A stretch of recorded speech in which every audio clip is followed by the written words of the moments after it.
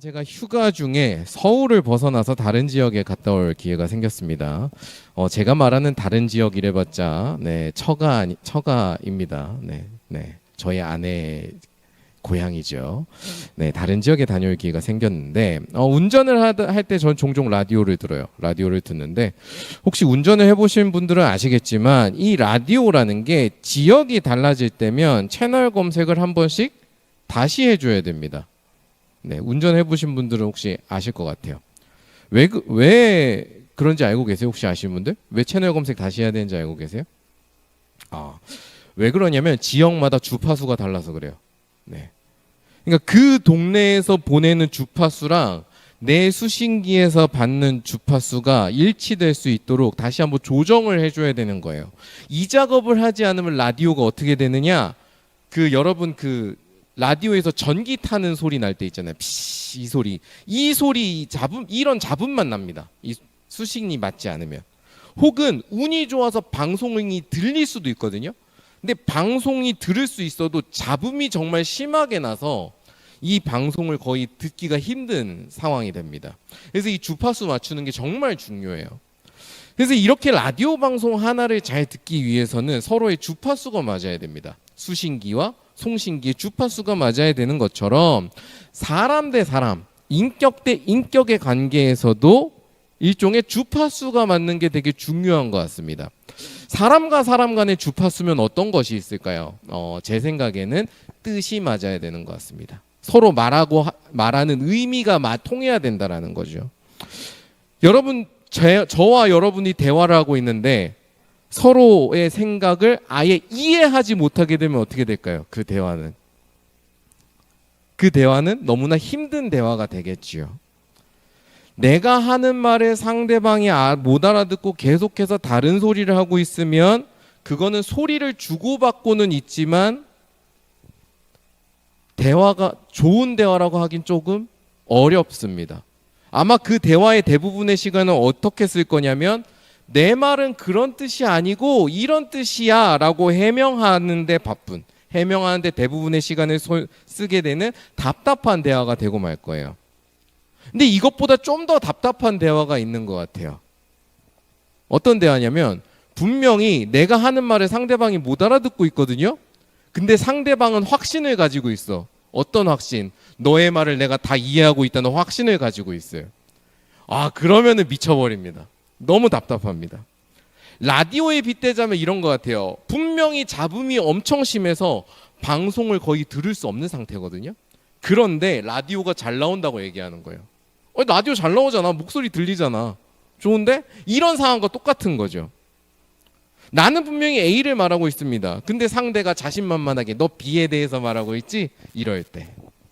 이렇게 반응할 때면 저는 개인적으로 대화할 의지가 사라지지 않나 이런 좀 생각을 하곤 해요. 자, 왜 이렇게 대화에 대해서 주파수에 대해서 이야기를 했느냐. 오늘 우리가 살펴볼 본문이 부활하신 예수님과 시몬 베드로의 마지막 대화를 담고 있는데요. 사실 이 대화가 방금 제가 말씀드린 좀 복창 터질 것 같은 이 답답한 대화의 극치를 달리고 있기 때문입니다. 자, 어떤 일이 있었는지 어떤 대화를 주고받았는지 우리 한번 살펴보지요. 자, 예수님께서 부활하신 다음입니다. 우리가 시간을 좀 건너뛰었어요. 부활하신 다음에 제자들을 만나시고 아침 식사를 하셨습니다. 자, 그런 다음에 베드로를 따로 불러서 대화를 시작하시는데 질문을 던지시죠. 근데 이 질문이 우리가 익히 알고 있고 많이 들어본 질문입니다. 자, 어떤 질문과 답이 오가는지를 살펴보면 좋겠어요. 우리 요한복음 21장 15절에서 17절의 말씀을 한번 같이 읽어보면 좋겠습니다. 제가 한 절, 여러분이 한 절 이렇게 읽고 17절을 마지막 같이 읽어보죠. 제가 15절 읽겠습니다. 그들이 조반 먹은 후에 예수께서 시몬 베드로에게 이르시되 요한의 아들 시몬아 내가 이 사람들보다 나를 더 사랑하느냐 하시니 이르되 주님 그러하나이다. 내가 주님을 사랑하는 줄 주님께서 아시나이다. 이르시되 내 어린 양을 먹이라 하시고.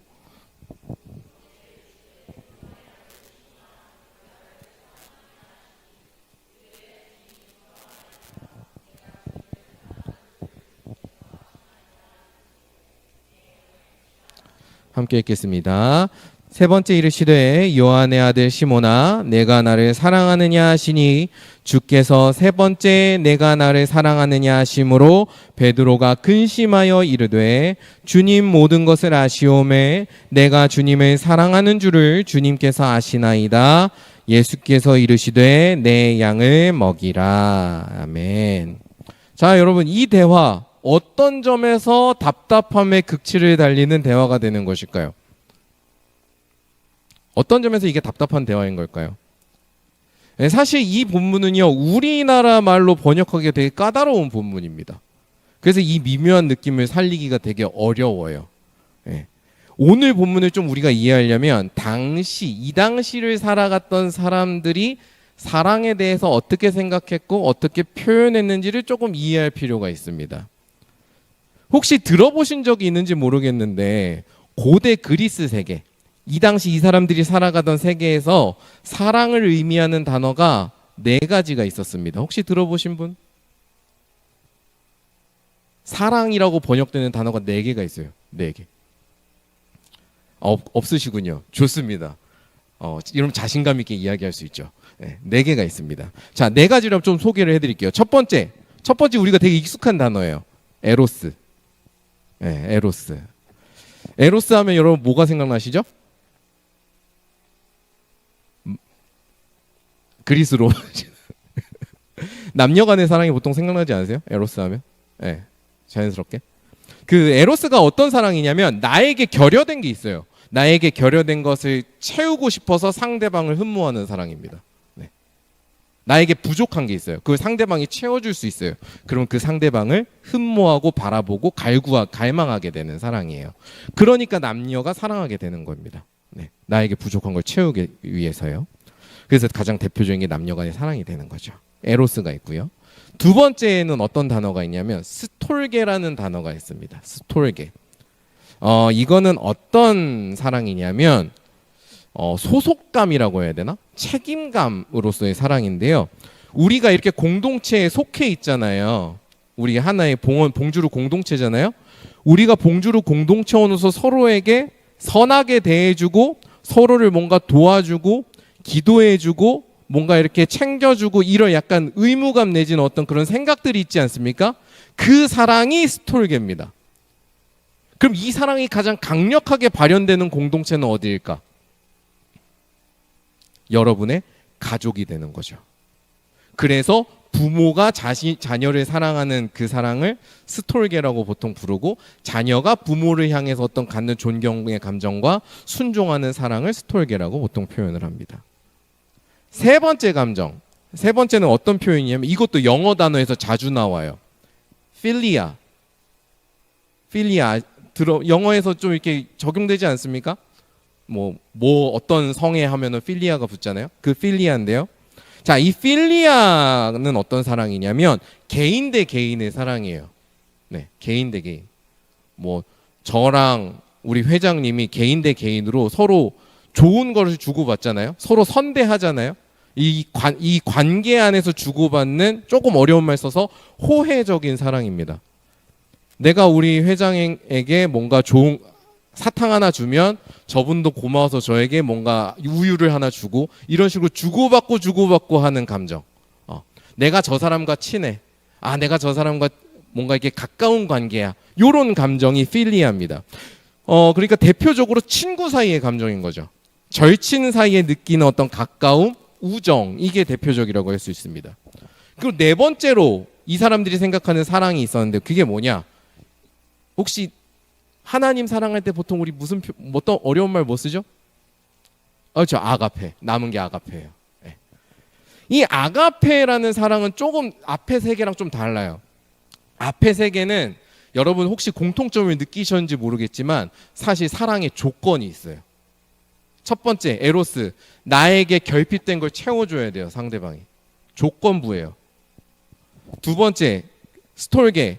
우리 같은 공동체에 소속되어 있다는 조건이 필요해요. 필리아. 당신과 내가 가까운 관계라는 조건이 필요해요. 세 가지는 조건적인 사랑입니다. 아가페는 이 사람들이 어떤 사랑이라고 생각했냐면 이 조건이 없는 사랑이라고 생각했어요. 사랑할 만한 조건이 하나도 없어요. 그런데 그런 조건 없이 베풀어지는 사랑을 아가페라고 표현했습니다. 그래서 이런 무조건성이 있기 때문에 이 당시 그리스도인들은 하나님의 사랑을 이야기할 때 아가페라는 표현을 즐겨 사용할 수 있었죠. 뭔가 맞아떨어지거든요. 물론 그 당시 사람들이 이 제가 말씀드린 네 가지 사랑의 의미를 철저하게 구분해가지고 무자르듯이 구분해가지고 사용했느냐, 여기에는 조금 논쟁의 여지가 있습니다. 이 성경 안에서도 이 사랑이란 말들이 좀 혼용돼요. 필리아랑 아가페가 섞여서 쓰이기도 하고 좀 이렇게 왔다 갔다 하는 측면들이 있습니다.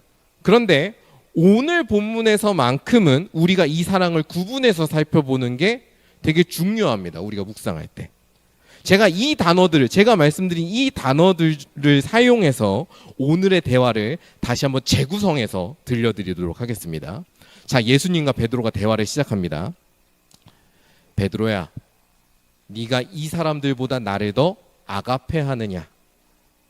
베드로가 대답합니다. 주님, 그러하나이다. 제가 주님을 필리아 하는 줄을 주님께서 아시나이다. 내 어린 양을 먹이라. 다시 예수님이 물으십니다. 베드로야, 네가 나를 아가페하느냐? 베드로가 대답합니다. 주님, 그러하나이다. 내가 주님을 필리아 하는 줄을 주님께서 아시나이다. 내 양을 치라. 예수님께서 마지막으로 물으십니다. 베드로야, 네가 나를 필리아 하느냐? 베드로가 대답합니다. 주님, 모든 것을 아시오매 제가 주님을 필리아 하는 줄을 주님께서 아시나이다. 예수님께서 마지막으로 말씀하십니다. 내 양을 먹이라. 여러분, 어떤 대화인지 조금 분위기가 그려지십니까? 뭔가 지금 제가 쓰는 단어가 두 개로 딱 나뉘어졌죠. 예수님께서는 무엇을 물으셨습니까? 베드로야, 네가 나를 아가페 차원으로 사랑하느냐를 물으셨습니다. 조건 없이 나를 내어주고 상대를 조건 없이 흠모하는 사랑을 물어보셨어요. 그런데 베드로는 거기에 대해서 뭐라고 대답합니까? 친밀한 관계로 조건 지어진 사랑을 이야기합니다. 필리아를 이야기하고 있어요. 예수님도 사랑을 이야기합니다. 베드로도 사랑을 이야기합니다. 근데 이 두 가지 사랑의 이야기가 주파수가 안 맞는 거예요. 지금 주파수가 안 맞아요. 두 사람의 뜻이 통하지 않는 겁니다. 그럼에도 불구하고 베드로가 지금 어떤 상태냐? 내가 예수님의 말씀을 잘 이해하고 있고 잘 대답하고 있다고 착각하고 있는 거예요. 너무 자신 있게 대답하는 겁니다. 근데 베드로가 눈치는 있었던 것 같아요. 같은 질문이 3번쯤 반복되고 예수님께서 마지막에 사랑이란 표현을 좀 바꾸시잖아요. 그러니까 뭔가 이상했나 봐요. 그러니까 예수님께 마지막 대답할 때 어떻게 대답하느냐? 근심하면서 대답했다고 전해집니다. 근데 그렇게 근심하면서도 베드로는 마지막까지 필리아를 이야기하고 있어요. 자, 왜 이 대화가 지금 복창 터지는 답답한 대화인지 좀 감이 오십니까? 지금 예수님의 이야기하는 걸 베드로가 이해를 못하고 있어요. 근데 베드로는 그걸 이해하고 있다, 예수님의 말을 이해하고 있다고 착각하고 있는 거예요. 문제는 이 자리에 있는 우리도 베드로 마냥 예수님과 이처럼 답답한 대화를 주고받으면서 살아간다는 것입니다. 그럴 가능성이 매우 높다는 것이죠. 베드로는 예수님께서 말씀하시는 사랑이 무엇인지, 예수님을 통해서 드러난 사랑이 무엇인지를 아직 제대로 이해하지 못했습니다. 그런데 그럼에도 불구하고 베드로는 내가 예수님에 대해서 너무나도 잘 안다고, 예수님의 질문에 자신 있게 대답할 만큼 내가 그 사랑을 알고 있고 나는 예수님을 사랑한다고 착각했습니다. 뭐가 안 된 거예요, 지금 베드로에게서? 요즘 우리 유행하는 거 메타 인지가 안 된 거예요, 지금. 여러분, 신앙생활 할 때도 메타 인지가 진짜 중요해요. 그래서 메타 인지가 안 되는 거예요. 근데 우리도 그렇지 않습니까? 우리도 신앙생활 할 때 이 메타 인지가 어느 순간 싹 사라질 때가 있단 말이에요. 우리 모두가 사랑의 하나님을 이야기합니다. 이 자리에 있는 분들 중에 사랑의 하나님 얘기 안 하는 사람 없을 거예요.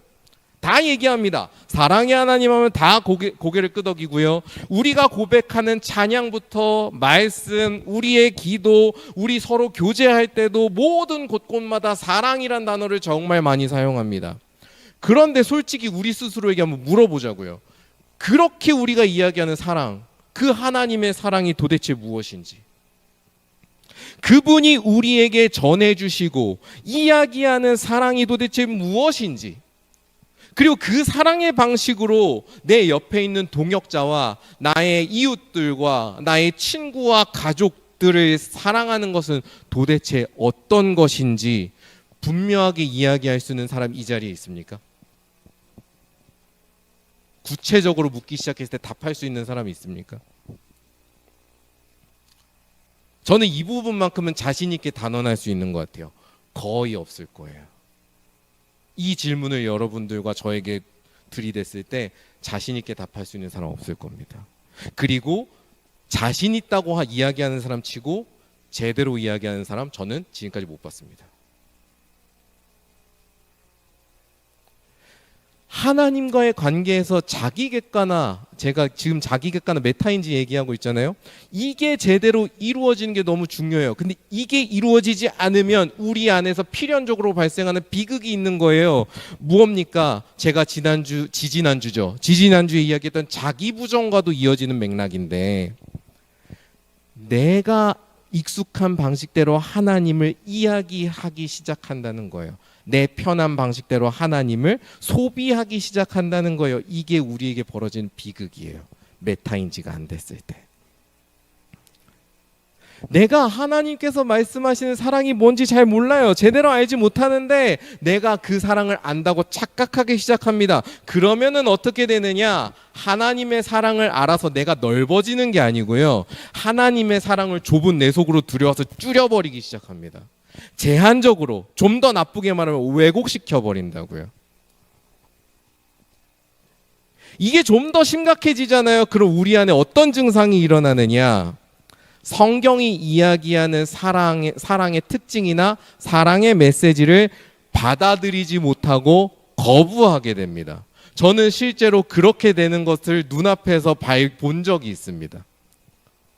성경을 묵상하다가 사랑에 대해서 깨달아서 어떤 글을 적어서 공유했는데, 이제 제 친구가 그런 것이 사랑이라면 나는 그 사랑을 반대하겠다.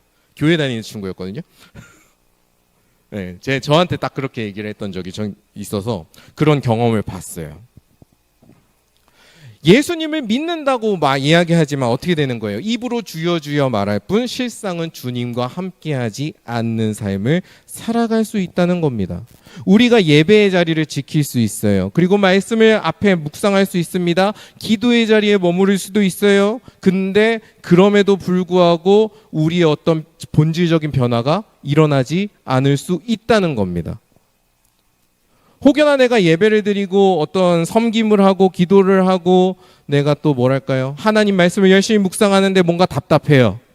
계속 뭔가 답답해요. 그런 건 어쩌면 예수님과 내가 지금 베드로처럼 주파수가 안 맞춰져 있어서일 수 있다라는 겁니다. 서로 다른 이야기만 끊임없이 쏟아놓으니 정말 답답한 대화가 되는 것이죠. 여러분이 만약에 누군가와 대화를 하는데 이렇게 평행선을 달리는 대화를 하고 있다면 여러분 어떻게 하시겠습니까? 여러분들이 저와 대화를 하려고 왔어요. 근데 제가 거의 철벽처럼 답정너처럼 제 말만 계속 쏟아내요. 여러분들의 고민에서 다 알아. 근데 이걸 이렇게 해야 돼. 이런 꼰대 같은 짓을 하고 있어요. 그러면 여러분들은 어떻게 하시겠습니까? 그 대화를 ESC 누르지 않겠습니까? 종료하지 않겠습니까? 그죠? 우리 보통 대부분 이렇게 대화가 답답해지면요, 적당히 대화를 마칩니다. 왜냐면 너무 피로하거든요. 적당히 대화를 마칠 거고요, 그 사람에게서 돌아설 겁니다. 대화는 이제 적당히 그냥 안부만 물으면서 주고받으면 관계는 유지가 되니까요. 우리는 보통 그렇게 대화를 끌고 정리할 겁니다. 그런데 우리 주님께서는 그와는 조금 다른 방식으로 베드로와의 대화를 이끌어 가시는 것을 보게 됩니다. 자, 이제 예수님께서 어떻게 이 대화를 이끌어 가시는지를 한번 같이 살펴보겠습니다. 자, 먼저 예수님께서요, 베드로와 질문을 주고받으실 때마다 반복하시는 말씀이 있습니다. 뭐죠? 내 양을 먹이라. 내 양을 치라. 내 양을 먹이라. 반복하십니다. 베드로는요, 분명 예수님께서 말씀하시는 아가페를 이해하지 못했어요. 그가 알고 있는 것은 필리아, 친구 간의 사랑, 절친한 사람 챙겨주는 사랑, 이 사랑만 알고 있고 이것만 되풀이했습니다. 그는 예수님의 방식으로 사랑하는 법을 아직 모르는 사람이에요. 그러면 이것은 무슨 말입니까? 베드로가 지금 예수님께서 맡기시는 일, 하나님께서 맡기시는 일을 감당하기에 자격이 충분한 사람이라는 거예요? 부족한 사람이라는 거예요? 지금 예수님이 하는 사랑이 뭔지 모른다니까요. 그럼 이 사람은 예수님의 일을 맡기에 충분한 사람인 겁니까? 부족한 사람인 겁니까? 부족한 사람인 거죠. 심지어 지금 양을 먹이는 일이잖아요. 이게 사랑 없이, 사랑을 이해하지 못하고 되는 일이냐고요. 부족한 사람입니다. 그런데 그럼에도 불구하고 예수님께서는 베드로에게, 그렇게 부족하기만 한 베드로에게 당신의 양, 당신의 백성, 당신의 성도들을 먹이고 기르는 일을 맡기십니다. 여러분, 이 베드로라는 사람이 우직한 사람이라고 말씀드렸잖아요. 이 우직한 사람의 특징이 뭔지 아세요? 뭘 몰라도 일이 맡겨지면 해요. 우직한 사람은 그래요. 네. 그래서 군대에 우직한 사람이 들어가잖아요. 컴퓨터를 하나도 할 줄 모르는 사람이 컴퓨터 조립해서 나와요. 우직하기 때문에. 맡기면 하거든. 베드로가요, 분명히 그랬을 겁니다. 예수님께서 맡기신 일, 이 내 양을 먹이라 치라라는 일을 맡겼을 때요, 우직하게 감당했을 겁니다. 여러분들이 사도행전을 보면 베드로가 그 일을 어떻게 감당하는지 잘 보실 수 있어요. 잘 드러나 있습니다. 그렇게 후배 그리스도인들을 양처럼 보듬고 가르치고 이끌어가면서, 여러분 한번 상상해 보십시오. 이 일을 하면서 베드로는 어떤 생각을 했을까요? 누구를 떠올렸을까요? 이 일을 하면서 예수님을 떠올렸을 겁니다. 아니, 자기 후배들, 자기가 기르는 그 성도들과 후배들 중에 자기 말썽 속썩이는 사람이 없었겠어요? 실제로 사도행전 보면 자기 앞에 재산 숨기고 거짓말 해가지고 난리 나는 일도 있단 말이에요. 거짓말했다가 속썩이는 사람이 있었을 거란 말입니다.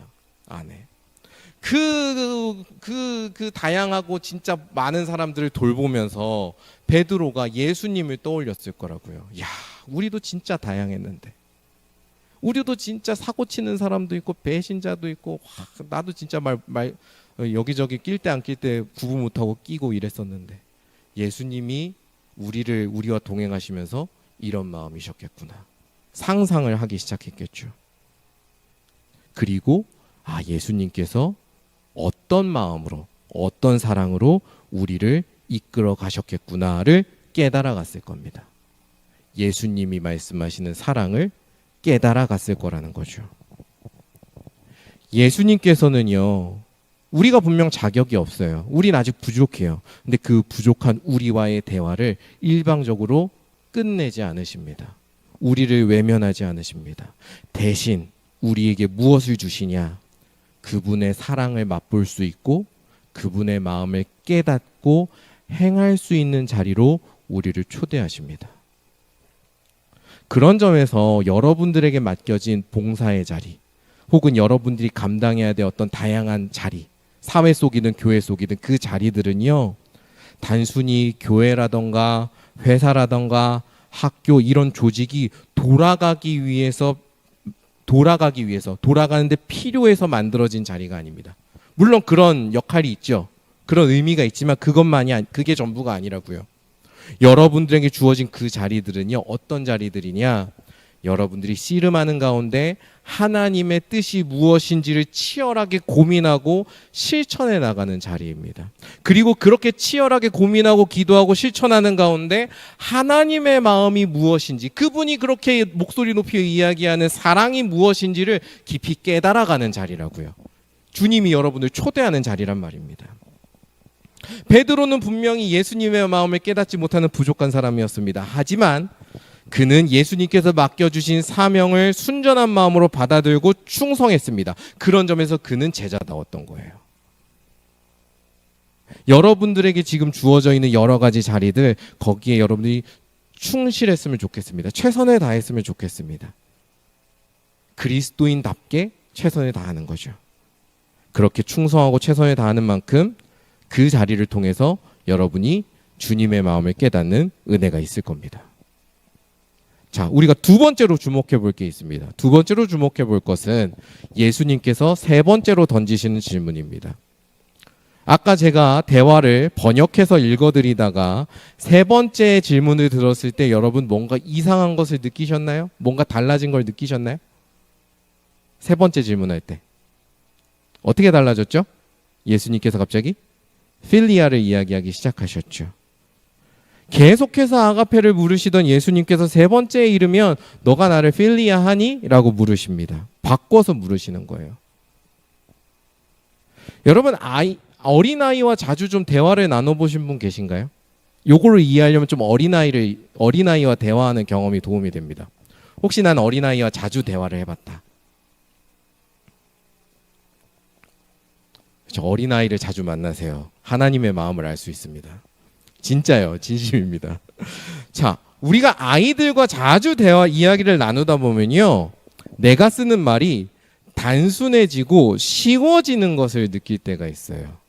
정말로 그래요. 네. 왜 그럴까요? 왜 쉬워지고 단순해질까요? 어른들이 쓰는 말은 좀 어때요? 복잡하고 어렵고 그러고 또 이렇게 때때로 말 많이 한 사람은 만연체가 돼서 이해하기 어려워지기 때문입니다. 그래서 아이들과 자주 대화하다 보면 어떻게 돼요? 어려운 단어를 쓰다가도 아이가 이해할 수 있도록 그 말을 번역하기 시작하죠. 쉬운 말로 바꾸기 시작합니다. 아, 그거는 정의롭지 못한 거야. 혹 이건 불의한 거야 라는 말을 하다가 그거는 나쁜 거야. 하면 안 되는 거야. 이렇게 번역하기 시작하는 거죠. 아이가 이해할 수 있게끔 말입니다. 풀어주는 거예요. 자, 그럼 그런 과정을 통해서 아이는 어떻게 됩니까?